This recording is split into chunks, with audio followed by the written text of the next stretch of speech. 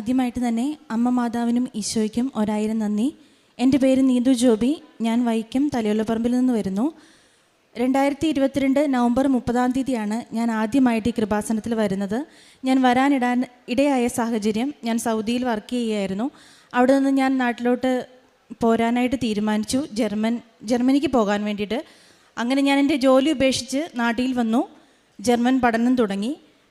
പഠിക്കാൻ തുടങ്ങിയ കാലത്തൊന്നും വലിയ പ്രശ്നമൊന്നും ഉണ്ടായിരുന്നില്ല. പക്ഷേ പഠനത്തിൻ്റെ ലാസ്റ്റ് ഭാഗമൊക്കെ ആയപ്പം എന്നെക്കൊണ്ട് പറ്റാണ്ടായി. കാരണം ഞാനൊരു ആവറേജ് സ്റ്റുഡൻ്റാണ്, എന്നെക്കൊണ്ട് സാധിക്കില്ല അങ്ങനെ ഒരു ചിന്ത എൻ്റെ മനസ്സിലോട്ട് വന്നു. അങ്ങനെ ഞാൻ ചിന്തിച്ചു, ജർമ്മനി തന്നെ നോക്കുന്നത് എന്തിനാ, വേറെ എത്ര കൺട്രി ഉണ്ട്, അങ്ങനെ ചിന്തിച്ചു.